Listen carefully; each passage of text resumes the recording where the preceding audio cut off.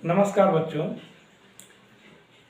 बड़ विचार से संबंधित ये भाग 2 का वीडियो है। इस वीडियो में हम लोग आज पढ़ेंगे बड़ विचार में अल्प प्राण महाप्राण किसे कहते हैं।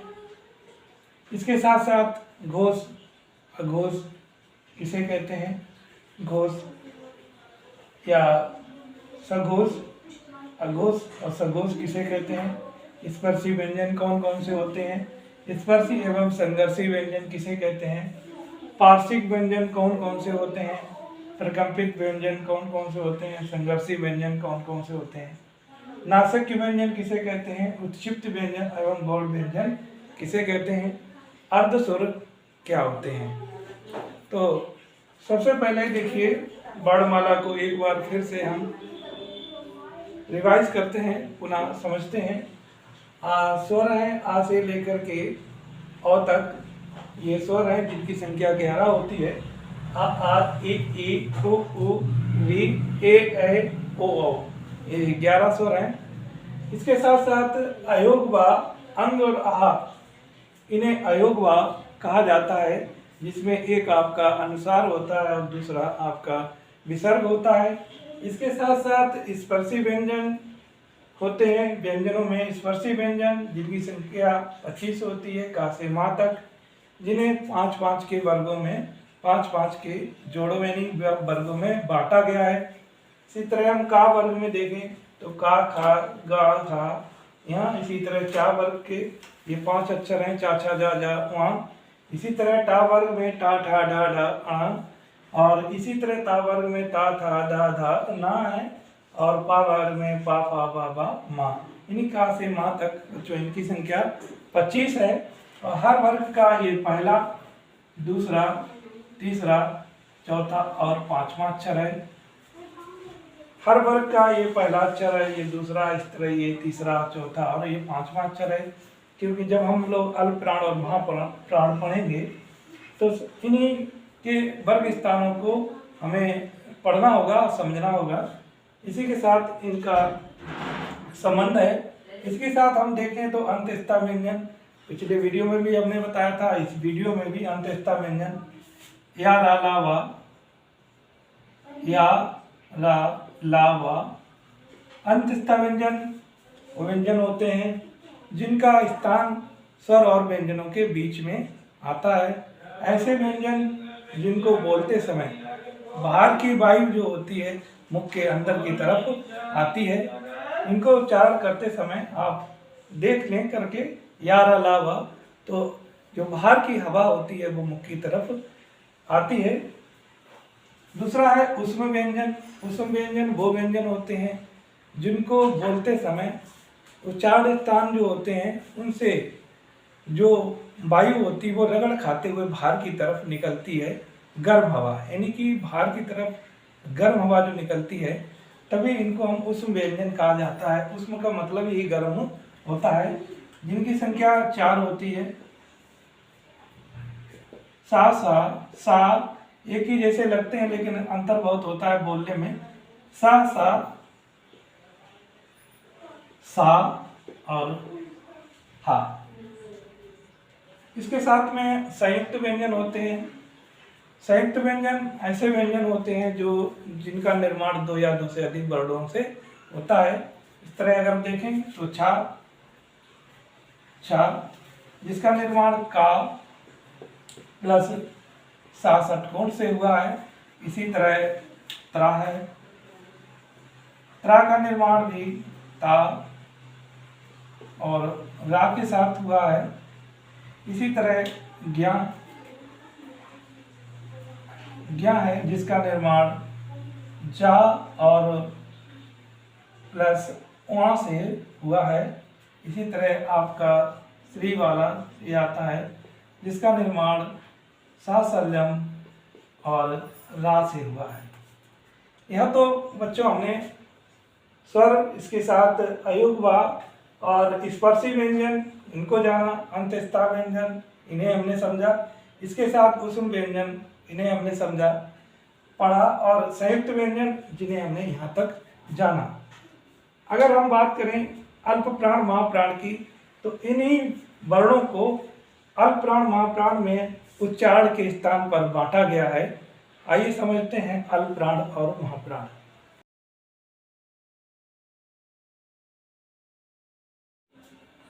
तो बच्चों, अब हम लोग पढ़ेंगे अल्प प्राण और महाप्राण को। तो वर्णों के उच्चारण के आधार पर ही अल्प प्राण महाप्राण को दो भागों में बांटा गया है।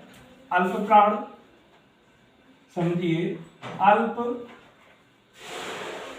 प्राण,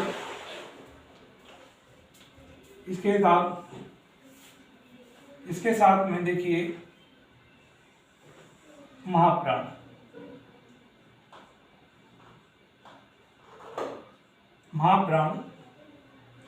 बात करते हैं अल्प प्राण की। तो अल्प प्राण, अल्प का मतलब होता है थोड़ा, यानी ऐसे वर्ड जिनका उच्चारण करते समय बहुत कम समय लगता है, इसके साथ साथ बहुत कम प्रयत्न करना पड़ता है।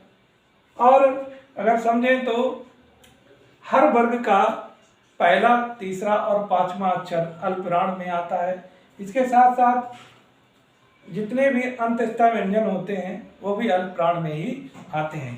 तो कहने का मतलब है अल्प प्राण में हर वर्ग का पहला, तीसरा, पांचवा एवं अंतस्थ व्यंजन अल्प प्राण के अंतर्गत आते हैं।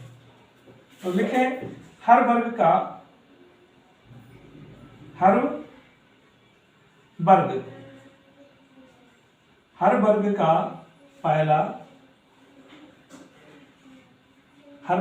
पहला, इसके बाद में तीसरा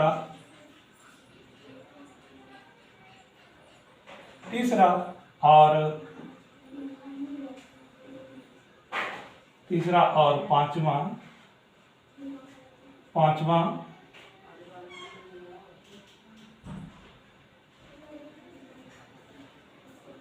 अक्षर, साथ में अंतस्थ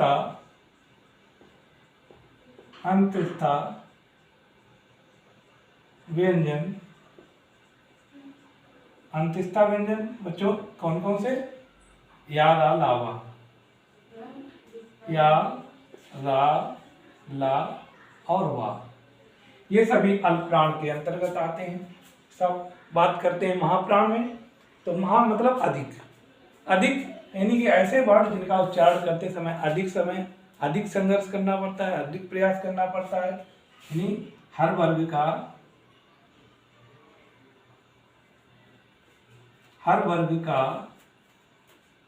दूसरा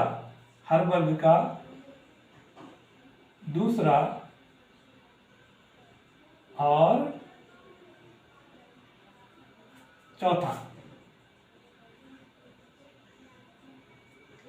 चौथा अक्षर और साथ में ऊष्म व्यंजन, साथ में ऊष्म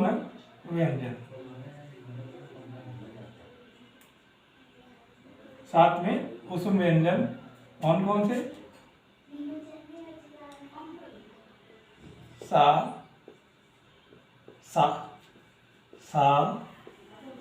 खा, ये जो है ये साथ में महाप्राण के अंतर्गत आते हैं। तो हर वर्ग का पहला, तीसरा, इसको हम अगर ऐसे याद करें तो सम, इसमें अगर याद करें तो ये जो होता है, ये विषम संख्याओं में आता है। इसका जो वर्ग होता है जो विषम संख्याओं में आता है, संख्याएं होती हैं वर्ग के अनुसार, इसमें सम संख्याएं होती हैं। वर्ग के अनुसार सम संख्याएं,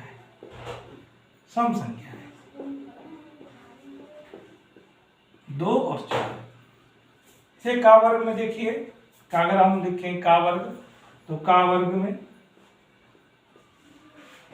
का पहला, तीसरा, यानी पहला क्या आ जाएगा? का आ जाएगा। और दूसरा खा, फिर तीसरा गा और या। इस तरह चा वर्ग में देखिए, चा वर्ग में चा जा छूट जाएगा, चा चा जा और वहाँ। इसी तरह टा वर्ग में देखें, टा वर्ग में टा टा डा और टा ठा डा डा, यानी 2 अक्षर छूट जाएंगे, ठा ठटेरा और डा डलिया के बाद ढा ढक्कन, ये छूट जाएगा दूसरा और चौथा। इसी तरह ता वर्ग में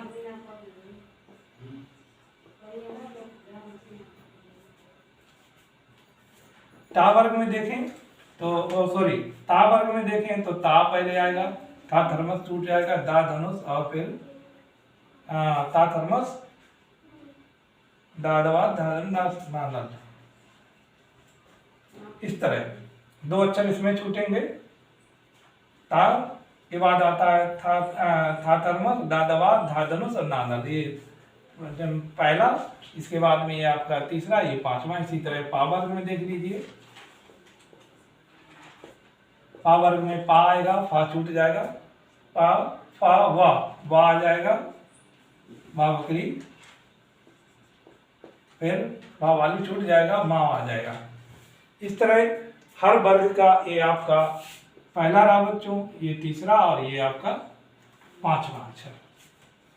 ठीक है, ये विषम संख्याओं के आधार पर। इसी तरह हम अगर महाप्राण में देखें सम संख्याओं के आधार पर, तो का वर्ग में, इसमें देखिए का वर्ग में खा खरगोश रहेगा, इसके साथ में घा घड़ी रहेगा, दूसरा ये चौथा।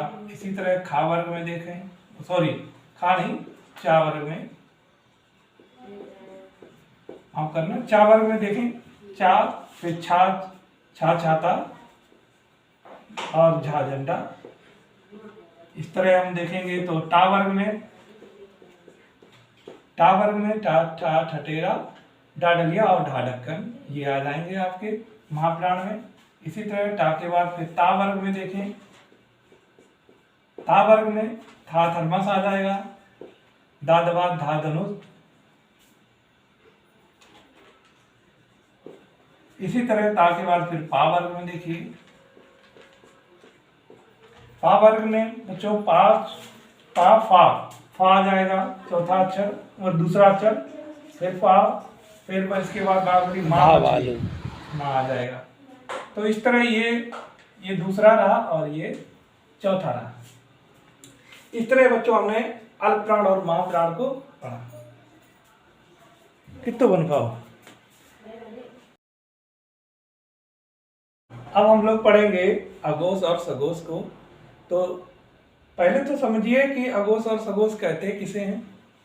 तो बच्चों हमारे मुख के अंदर एक झिल्ली होती है जिसको स्वर तंत्रिका कहा जाता है। तो उस स्वर तंत्रिका के कंपन के आधार पर जब वर्णों का उच्चारण होता है तो वो स्वर तंत्रिका कंपन करती है। उसी कंपन के आधार पर वर्णों को 2 भागों में बांटा गया है, अघोष और सघोष को। अघोष को घोष भी कहा जाता है, घोष सघोष भी कह सकते हैं। तो स्वर तंत्रिकाओं के कंपन के आधार पर स्वर तंत्रिकाओं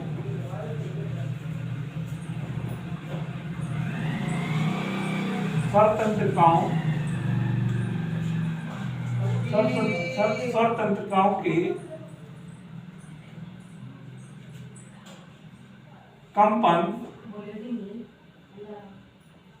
कंपन के आधार पर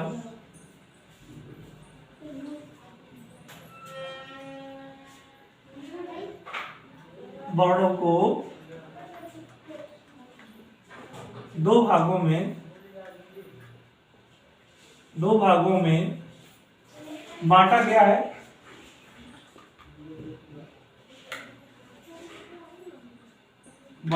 है। इसे अघोष और सघोष कहते हैं। अघोष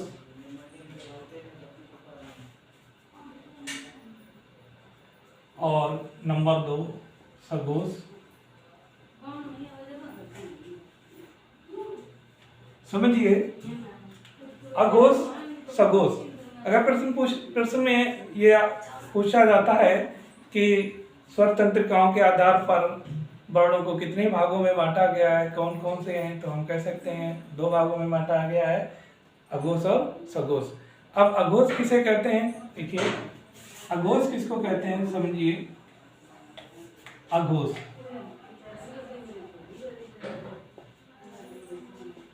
पहले हम बात करते हैं अघोष की, यानी कि हर वर्ग का पहला और दूसरा अक्षर, जो हम लोग स्वर में जब हमने का से माँ तक के 25 स्पर्शी व्यंजन पढ़े थे, उसमें हर वर्ग को बताया गया था। तो उसी वर्ग में पहला और दूसरा अक्षर आता है अघोष में, यानी हर वर्ग का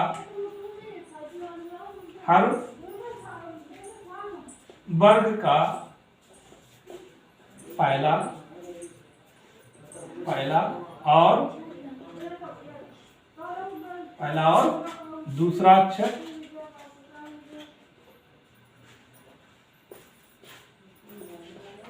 और दूसरा अक्षर साथ में सा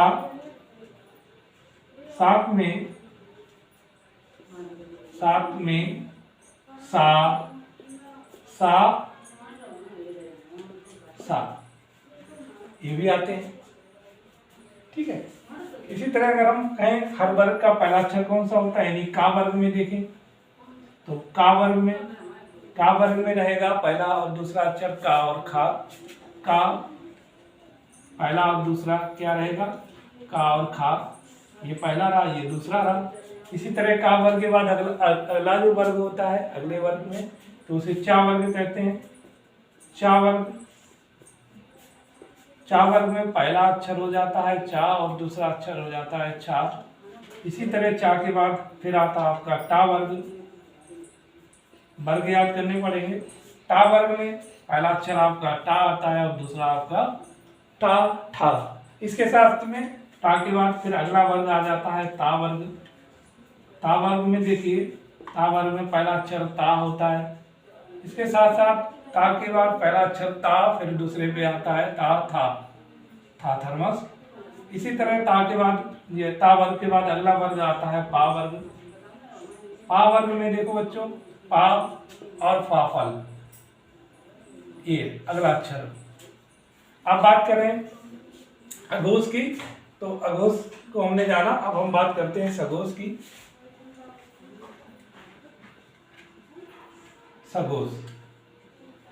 सघोष में हर वर्ग का, अब बच्चा पहला दूसरा इसमें आ गया है, तो तीसरा चौथा पांचवा इसमें आएगा। हर वर्ग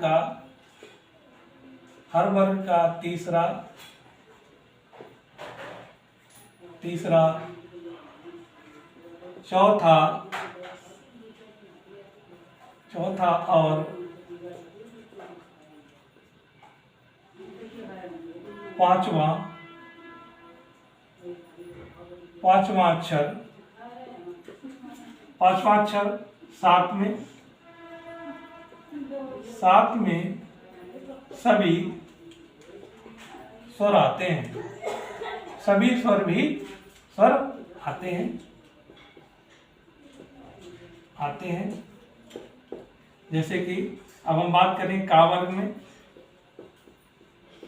तो का वर्ग में का खा गा यहाँ आ जाएगा और घा गा घा यहाँ आ जाएगा। ये आपका तीसरा रहा, ये चौथा और ये पांचवा। इसी तरह का वर्ग के बाद फिर हम अगला वर्ग चा वर्ग में देखें, तो चा वर्ग में चा छा यहाँ आ जाएगा, जा झा और वहाँ यहाँ आ गया। इसी तरह अगर बात करें टा वर्ग में ये टा तो इधर आ गया, टा ठा और डा ढा यहाँ। टा ठा पहले वर्ग में आ जाता है, दूसरे में सघोष में तीसरा चौथा पांचवा टा ठा ढा ढा ढा। इसी तरह ता के बाद फिर देखिए ता वर्ग है। ता वर्ग में दा, धा और ना आ जाएगा। इसी तरह पा वर्ग में देखें, पा वर्ग में पा पा, वाह यहाँ आ जाएगा, बा बकरी, भा और माँ। इस तरह हमने अघोष और सघोष को पढ़ा। अब बात करते हैं अगले स्पर्शी व्यंजन की।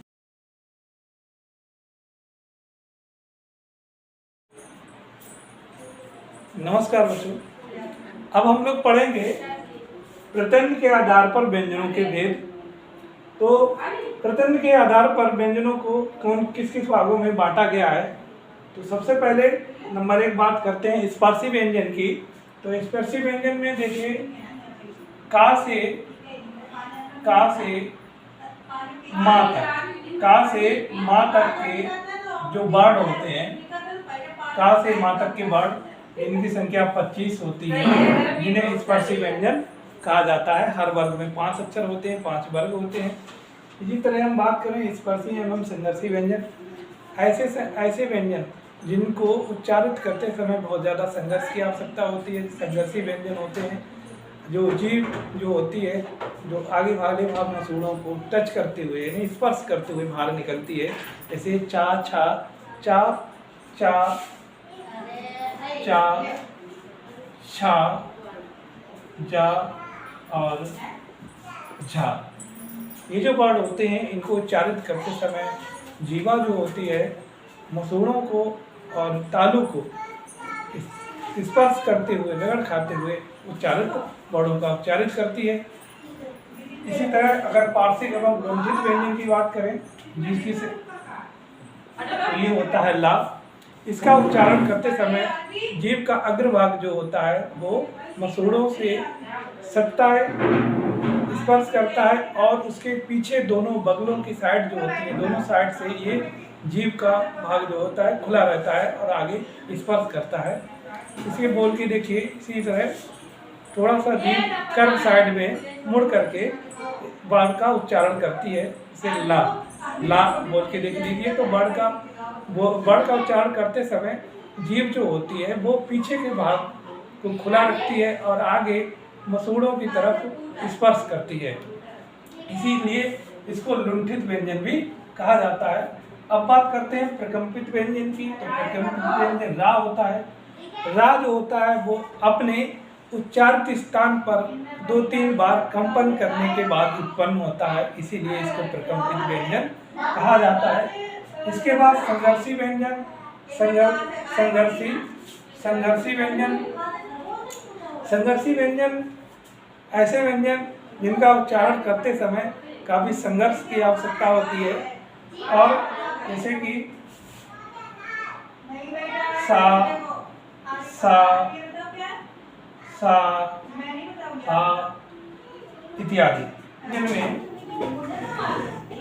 या, वा, णा, मा और ना, इनका उच्चारण करते समय जो सांस होती है वो नाक के द्वारा बाहर निकलती है, इसीलिए इसको नासिक व्यंजन कहा जाता है।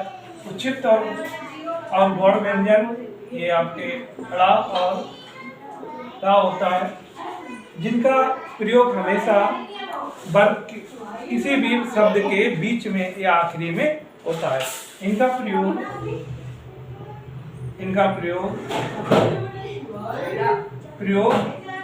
शब्द के बीच में या आखिरी में होता है। इन वर्णों का उच्चारण हमेशा बीच में आखिरी में होता है, शुरू में कभी भी इन वर्णों का उच्चारण नहीं होता है। इसके साथ हम अर्ध स्वर की बात करें तो या और रा, ये आपके अर्ध स्वर होते हैं। या और रा, इनको अर्ध स्वर में रखा गया है।